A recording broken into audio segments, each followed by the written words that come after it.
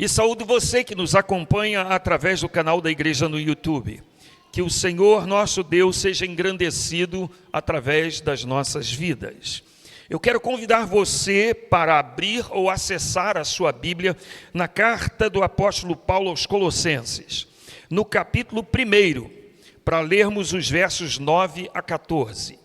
Colossenses, capítulo 1, versos 9 a 14.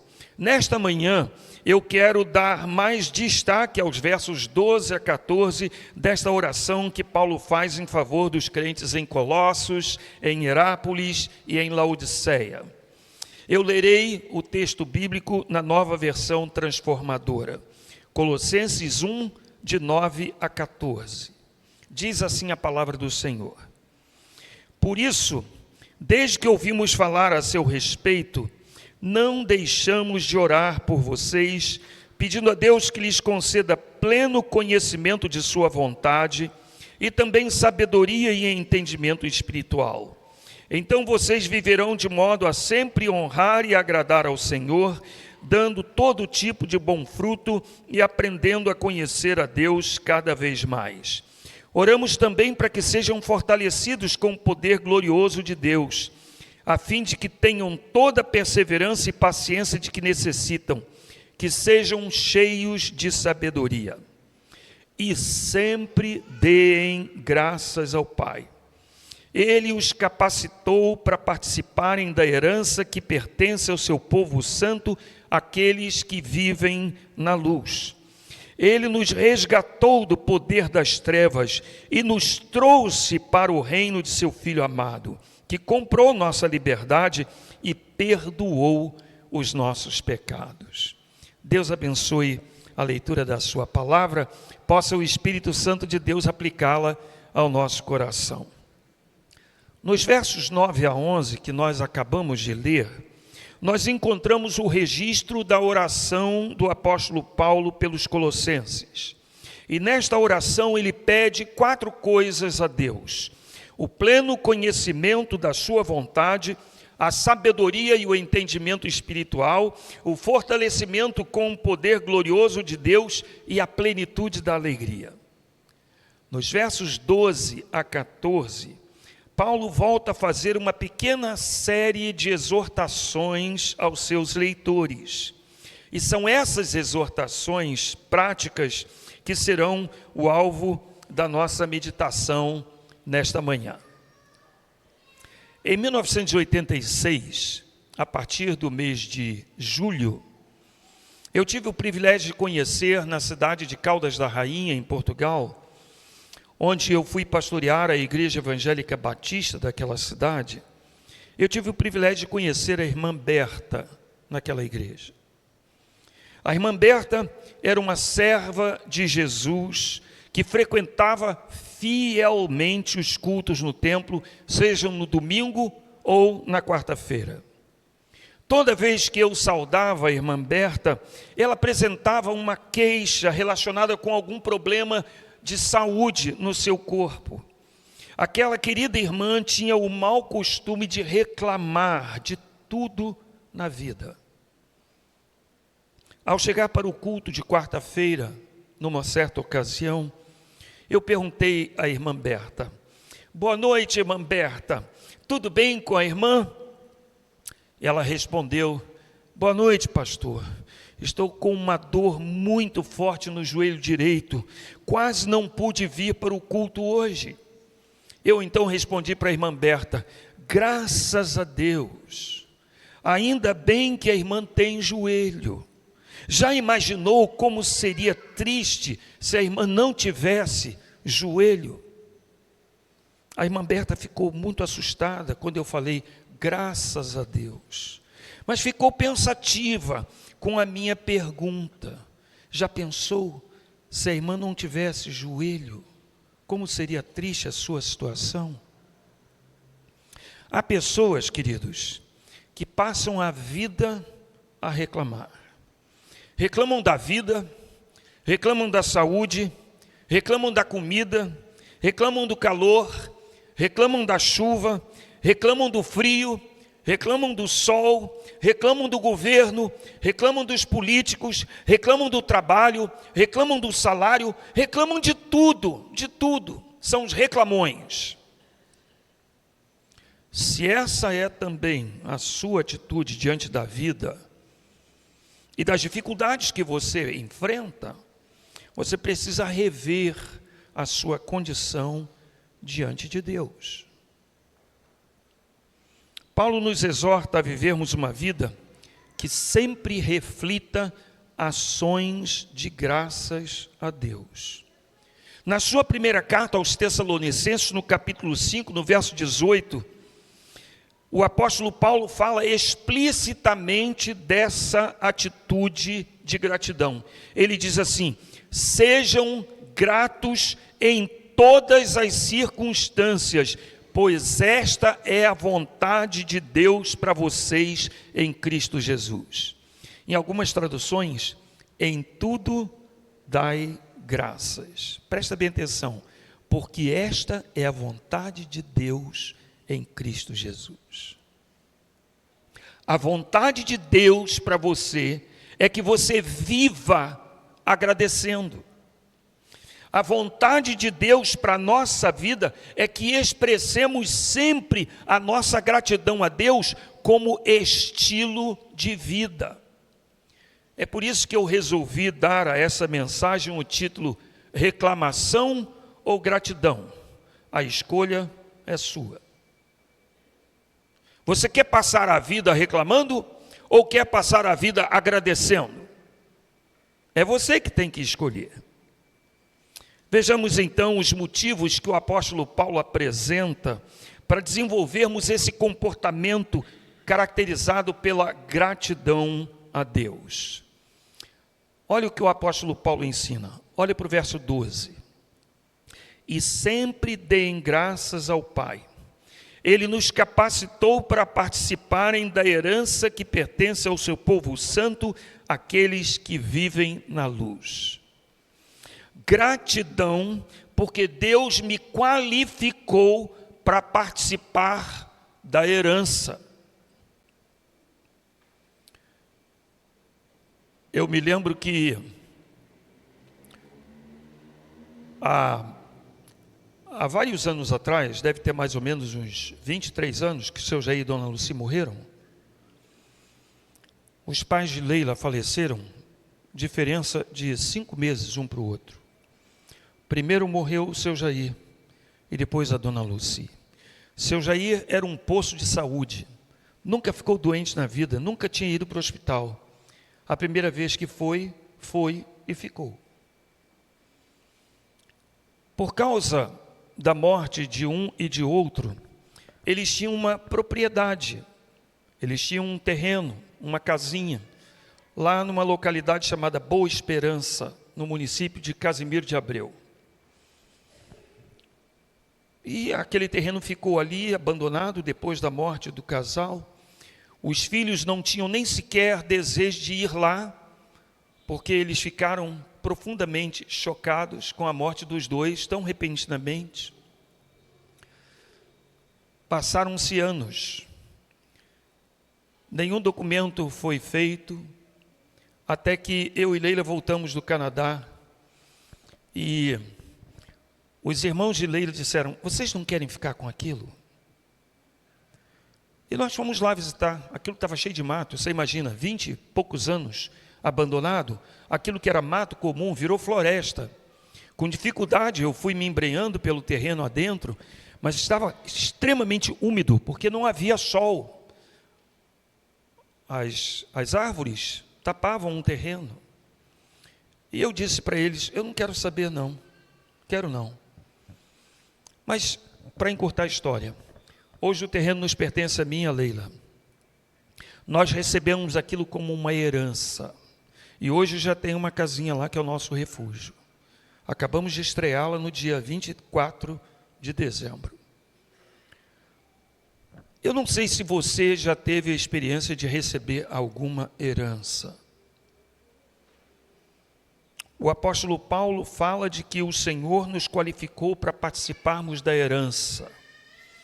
E é impossível a gente ler esse texto de Paulo sem a gente lembrar daquele relato lá de Êxodo, do povo de Israel sendo liberto do Egito com a promessa de Deus: eu darei a terra de Canaã a vocês como herança. Deus havia prometido entregar ao povo de Israel uma terra em Canaã como herança. No Antigo Testamento, a herança prometida era a posse de um território naquela região que hoje é chamada de Palestina. No Novo Testamento, a herança não é mais nenhuma possessão terrena, mas um legado espiritual em Cristo, um legado espiritual e celestial. Há duas declarações que Paulo faz aqui sobre essa herança nesse texto. A herança pertence ao povo santo, a herança pertence aos que andam na luz. Já expliquei para você, domingo passado, o significado do termo santo aplicado ao povo de Deus. Não significa povo perfeito, não significa povo sem pecado, sem falhas, mas significa povo diferente, povo separado, povo consagrado a Deus, que foi separado do mundo para servir a Deus. Eu e você, nós somos chamados santos porque nós decidimos renunciar o mundo e as suas paixões para vivermos exclusivamente para Deus, dispostos a cumprir o seu querer em quaisquer circunstâncias. É por isso que também Paulo define essa herança como pertencendo aos que andam na luz. Nosso estilo de vida é um estilo iluminado, transparente. Nós não transigimos com a mentira nem com a falsidade, mas temos prazer na verdade. As palavras de Jesus são a nossa motivação todos os dias. Olha o que Jesus afirma. Jesus voltou a falar ao povo e disse: eu sou a luz do mundo. Se vocês me seguirem, não andarão no escuro, pois terão a luz da vida. A gente vive e anda na luz porque a gente vive e anda com Jesus. É quem anda com Jesus que não participa das trevas, não vive nas trevas. O verbo utilizado aqui pelo apóstolo Paulo nesse verso 12 significa que o Senhor fez tudo aquilo que era suficiente para que essa herança nos pertencesse. Pode também significar que o que Jesus fez por nós nos tornou adequados, habilitados, elegíveis como herdeiros. Por isso nós utilizamos aqui o termo qualificar. Devo eu viver reclamando da vida? Ou devo eu expressar gratidão porque Deus me qualificou para participar dessa herança? Esta é a escolha que nós fazemos. Esta é a escolha que fizemos e nela perseveramos. Por isso vivemos para dar graças a Deus por nos ter habilitados a participar desta bendita herança nos céus com Jesus. Eu já contei para os irmãos uma história que mamãe me abordou. Ela estava falando do testemunho dos nossos familiares antigos, dos meus avós, os sogros dela e também dos avós que eram os pais da mãe e pai dela. E ela começou a falar da fidelidade deles, da maneira como eles se dedicaram ao Senhor durante toda a sua vida, deixando um legado espiritual na família. E ela virou-se para mim e disse assim: meu filho, você sabe de uma coisa? Eu imagino que vovô e vovó estão numa mansão lá no céu. Uma mansão linda, porque durante toda a vida deles, eles aqui serviram ao Senhor, e enquanto serviam ao Senhor, eles estavam como que levando material de construção para o céu, para construir a casa deles. Aí mamãe virou-se para mim e disse assim: meu filho, viva para que você também tenha uma mansão no céu. Aí eu virei para a mamãe e disse uma coisa que a deixou muito espantada. Eu falei para ela assim: mãe, para mim não me interessa se eu vou ter mansão ou se eu vou ter um casebre. Se Jesus disser para mim assim: meu filho, você vai morar ali debaixo daquela ponte, para mim, mãe, é muito mais importante estar no céu do que se eu vou ter casa ou não.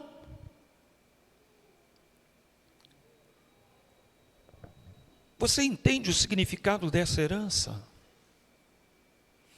Deus fez tudo o que tinha de fazer para nos inscrever no rol daqueles que são herdeiros desta herança celestial.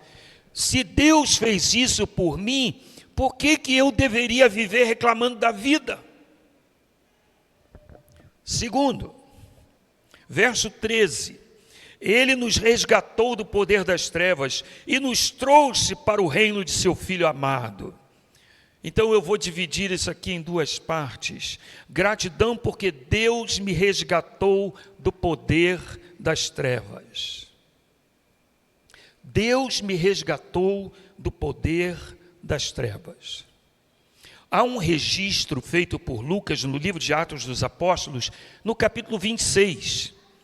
Nos versos 12 a 19, há o registro de um testemunho que Paulo está dando ao rei Agripa.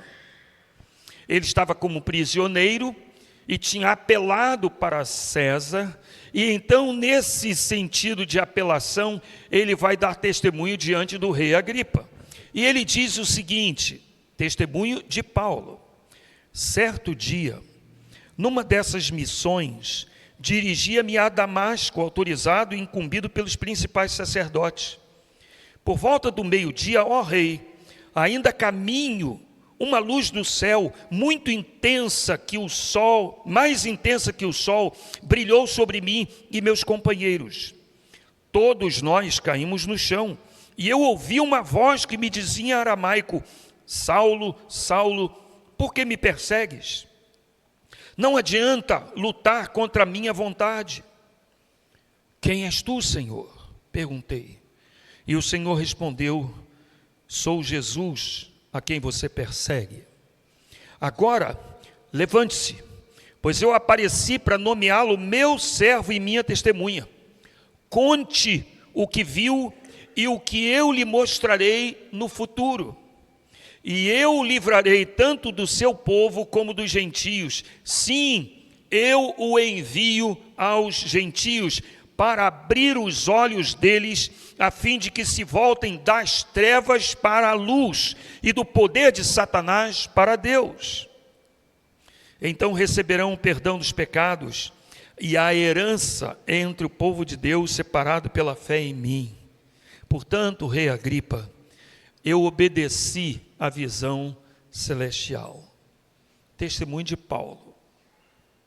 Repare agora na semelhança dessas expressões entre os dois versículos de Atos e de Colossenses.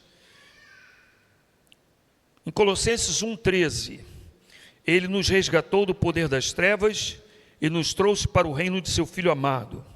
Atos 26:18, para abrir os olhos deles, a fim de que se voltem das trevas para a luz e do poder de Satanás para Deus. A Bíblia fala, irmãos, de um domínio onde Satanás exerce o seu poder.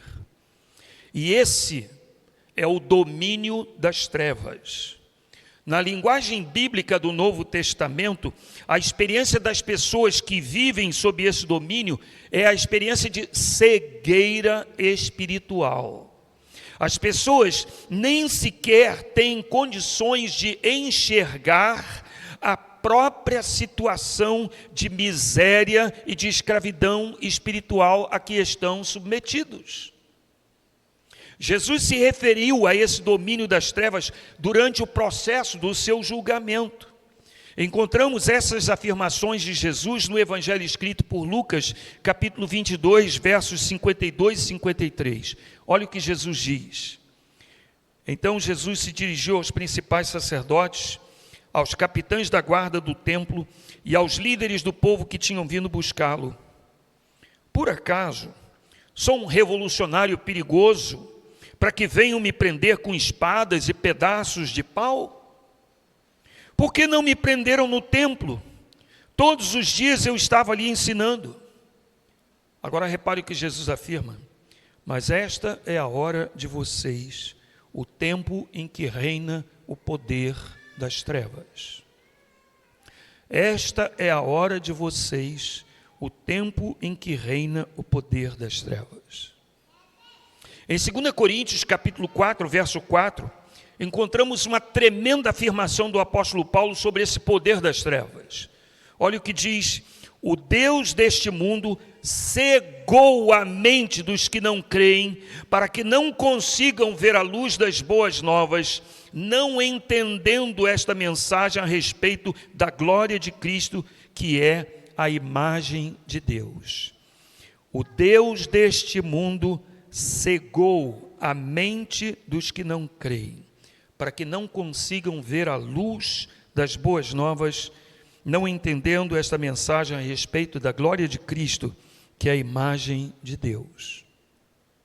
O que é surpreendente e ao mesmo tempo escandaloso é que esse domínio das trevas se estende até para o ambiente religioso. Irmãos, isso é tremendo. Estavam ali os sacerdotes, os líderes religiosos do povo.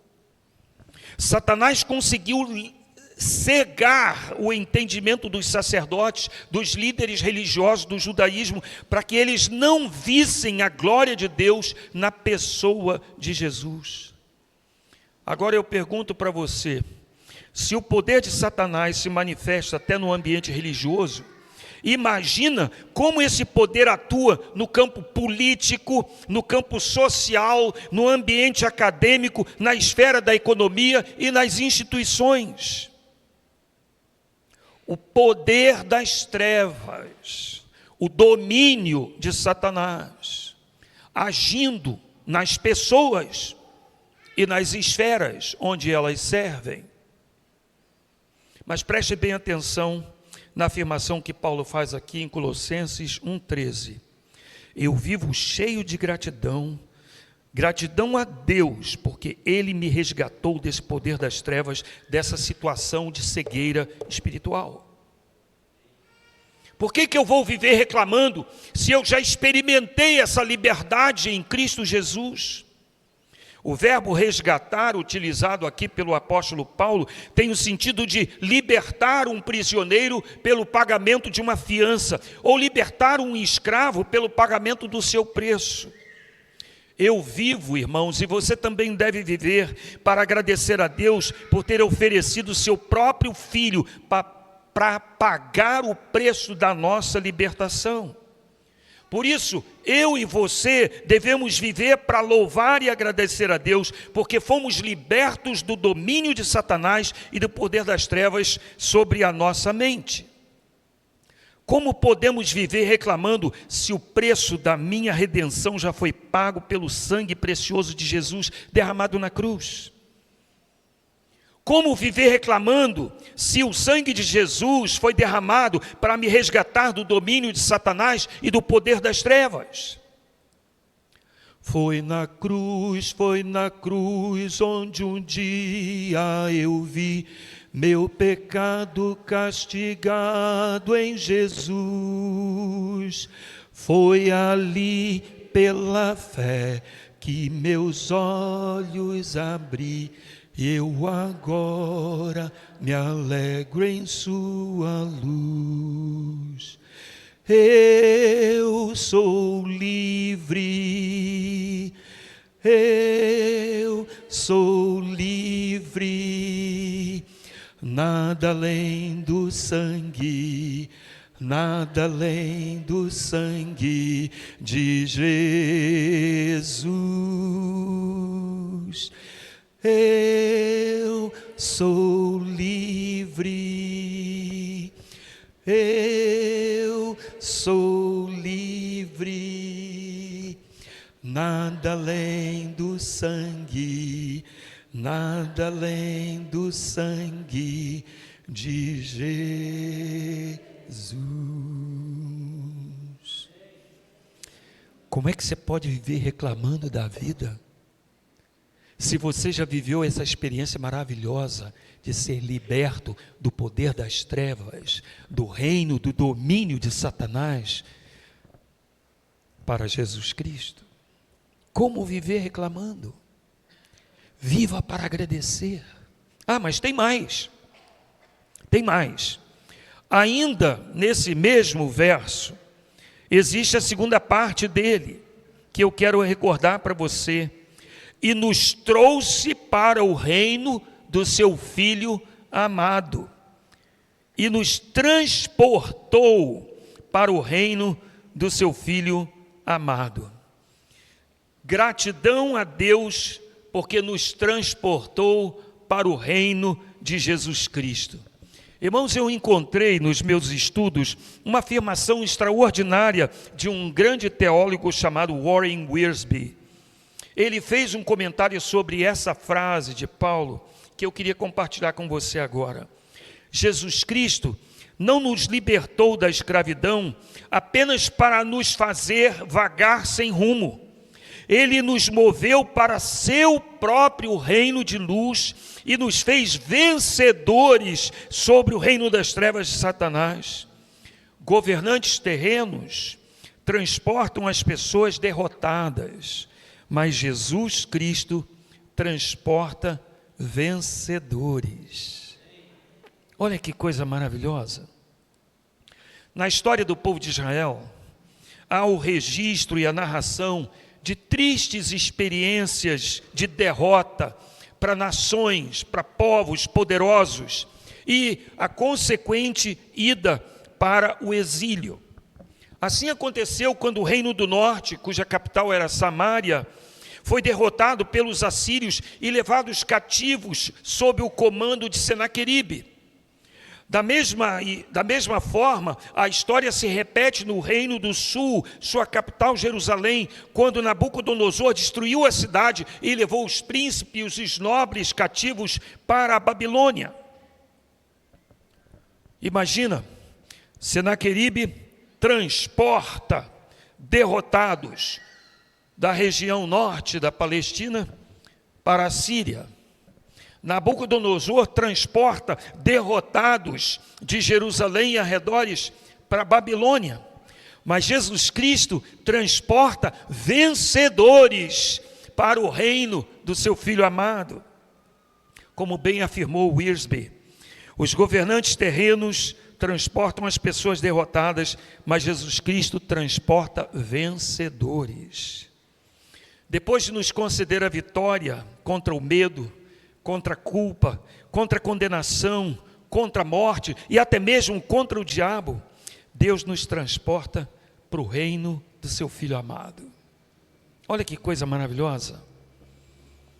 Esse reino do seu Filho amado é o reino de Jesus, porque o Filho amado, lembra da expressão que está registrada nos evangelhos, quando Jesus foi batizado? Este é o meu Filho amado, em quem tenho prazer. Então a expressão Filho amado é uma expressão que se refere a Jesus Cristo.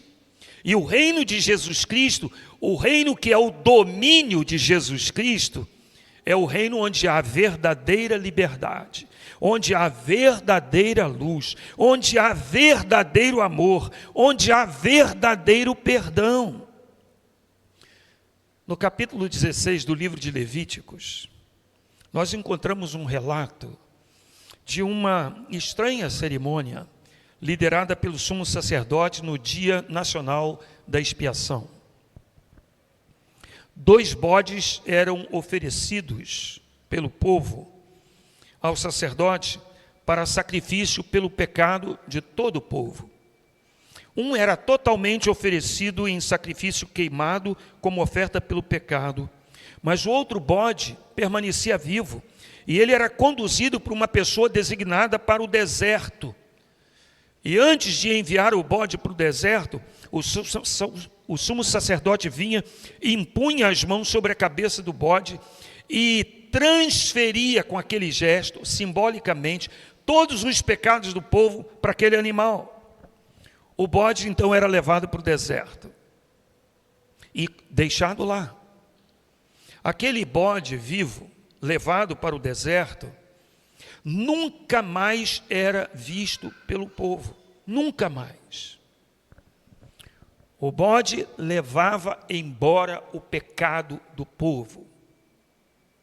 Olha que história linda para significar o perdão que Deus nos concede. Quantas vezes você já se lembrou de pecados cometidos outrora? Quantas vezes você já se lembrou e já sentiu amargura? Quantas vezes você já se lembrou de coisas erradas que você fez e você se sentiu culpado? Essa é uma das principais missões de Satanás. Ele é o acusador. Ele acusa você de fazer coisa errada, ainda ri na sua cara, ainda diz assim, e depois ainda diz que é crente, e depois ainda diz que é salvo. A quem você vai dar ouvidos? Ao acusador ou à palavra de Deus que diz, eu perdoo? Há várias ilustrações usadas pelos profetas no Antigo Testamento para ilustrar o perdão de Deus. Uma delas é a ilustração da astronomia. Assim como os céus são mais altos do que a terra, assim também é grande, é extenso o meu perdão. A outra vem da geografia. Assim como o Oriente está distante do Ocidente, assim também eu lanço para longe de mim os seus pecados. Irmãos, a palavra do Senhor diz, o Senhor dizendo a respeito do nosso pecado, quando a gente confessa, Ele diz assim, dos teus pecados não me lembro mais. A pergunta que eu faço para você é o seguinte, se Deus não se lembra mais do pecado, porque Ele foi perdoado, por que eu tenho que me lembrar? Por que eu tenho que viver cheio de amargura e de culpa, por causa de erros que eu cometi, que eu já confessei a Deus e que eles já foram perdoados?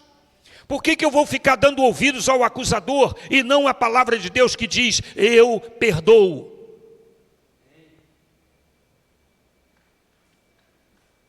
Esta cerimônia do bode enviado para o deserto era o símbolo de uma grande verdade sobre o perdão de Deus. Quando Deus perdoa o nosso pecado, todas as nossas transgressões são apagadas da sua memória.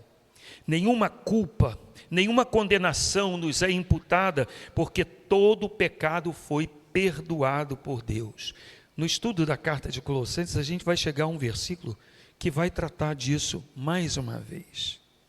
Sendo assim perdoado, tão maravilhosa e perfeitamente perdoado, por que deveria eu viver reclamando da vida, da situação, das coisas deste mundo? Se eu fui transportado por Deus para o reino do seu Filho amado, eu devo viver os valores desse reino para onde eu fui transportado. Reino de liberdade, reino de luz, reino de amor, reino de perdão. Concluindo, agora que você foi apresentado as razões para vivermos uma vida de gratidão a Deus, uma vida de ação de graças a Deus, você escolhe se você quer viver reclamando ou agradecendo. Viva para agradecer a Deus tudo o que Ele tem feito por você. E sabe, irmãos, as situações que acontecem na nossa vida que são tão dolorosas, tão difíceis, tão tremendas, que a gente fica pensando, por que eu devo dar graças a Deus por isso? Por quê? A nossa pergunta é, por quê? E o problema é a nossa pergunta. Porque, na verdade, a pergunta deveria ser diferente. Para quê? Porque Deus tem um propósito em todas as coisas. Se Deus permite que você passe por uma experiência dolorosa e triste, é porque Deus tem um propósito para você. E você deve sempre se lembrar de Romanos 8:28. todas as coisas concorrem juntamente para o bem daqueles que amam a Deus, daqueles que são chamados segundo o seu propósito. Pare de reclamar. Pare de viver reclamando. Deus nos qualificou para participarmos da herança. Deus nos resgatou do poder das trevas. Deus nos transportou para o reino do seu Filho amado. E agora? Vai continuar vivendo a reclamar? Ou você escolhe viver para agradecer a Deus por tudo aquilo que Ele tem feito por você? Reclamação ou gratidão? A escolha é sua. Curva a sua cabeça.